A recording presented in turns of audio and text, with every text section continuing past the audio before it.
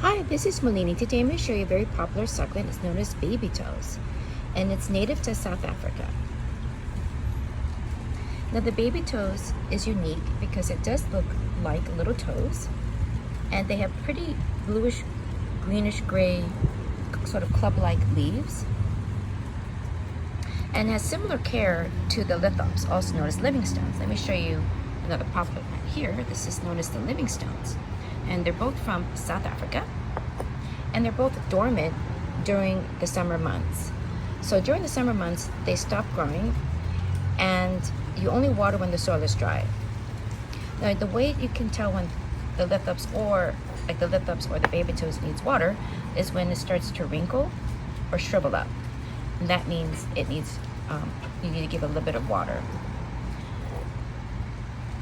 During the winter time, it's actually growing. Sometime in the late fall to early winter is the growing season for the lithops and for the baby toes.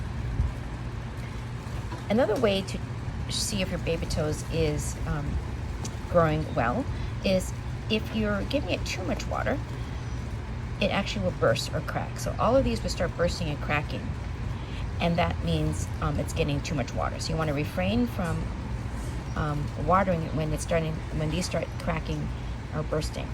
Okay. So the baby toes thrives on neglect. You don't really need to take care of it, just sort of leave it alone and just water it when the soil is dry, and keep it in a nice, well-ventilated area, outdoors or indoors, not full sun. And the baby toes has pretty daisy-like flowers, pink, white, or yellow. Thank you for watching.